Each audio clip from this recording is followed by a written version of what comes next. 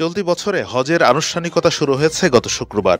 তীব্র গরমের মধ্যে হজের আনুষ্ঠানিকতা শুরু হওয়ায় সতর্কতা জারি করেছে সৌদি আরব। সৌদি আরবের হজ ও ওমরা বিষয়ক মন্ত্রণালয় জানিয়েছে, গ্রীষ্মের মৌসুমে হজের আনুষ্ঠানিকতা শুরু হওয়ায় তীব্র গরম সৌদিতে, ফলে হাজিদের জন্য তাপ সতর্কতা জারি করা হয়েছে। বিগত বছরের মতো এবারও সৌদিতে জুন মাসে তীব্র গরম অব্যাহত রয়েছে, ফলে সমতল ভূমিতে প্রতিদিন তাপমাত্রা 40 ডিগ্রি অতিক্রম করছে।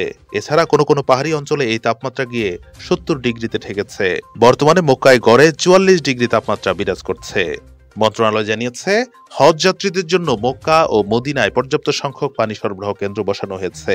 এছাড়া হজের কার্যক্রম সম্পাদন করতে হাজিরা যে অস্থায়ী তাঁবুতে অবস্থান করবেন সেগুলো শীতাতপ নিয়ন্ত্রিত করা হয়েছে। মন্ত্রণালয়ের সতর্ক বার্তায় হজ যাত্রীদের সবাইকে ছাতা ব্যবহারের আহ্বান জানানো হয়েছে। এছাড়া স্বাস্থ্যবিধি মেনে বেলা 11টা থেকে বিকেল 3টা পর্যন্ত যথাসম্ভব বাইরে না বের হওয়ার জন্য অনুরোধ করা হয়েছে। এবছর সারা বিশ্বে প্রায় 20 লাখ মুসলিম হজ পালন করবেন। এছাড়া বাংলাদেশ থেকে 85,257 জন এই ইবাদতে শামিল হচ্ছেন। ইসলামের নির্দেশনা অনুযায়ী মিনার পর আরাফা ও মুজদালিফায় অবস্থান, মিনায় কঙ্কর নিক্ষেপ, মাথা মুন্ডন, সাফা মারোয়া পাহাড়ে সাই করা এবং তাওয়াফ ও দমে শকরের মাধ্যমে আগামী মঙ্গলবার হজের কার্যক্রম শেষ হবে।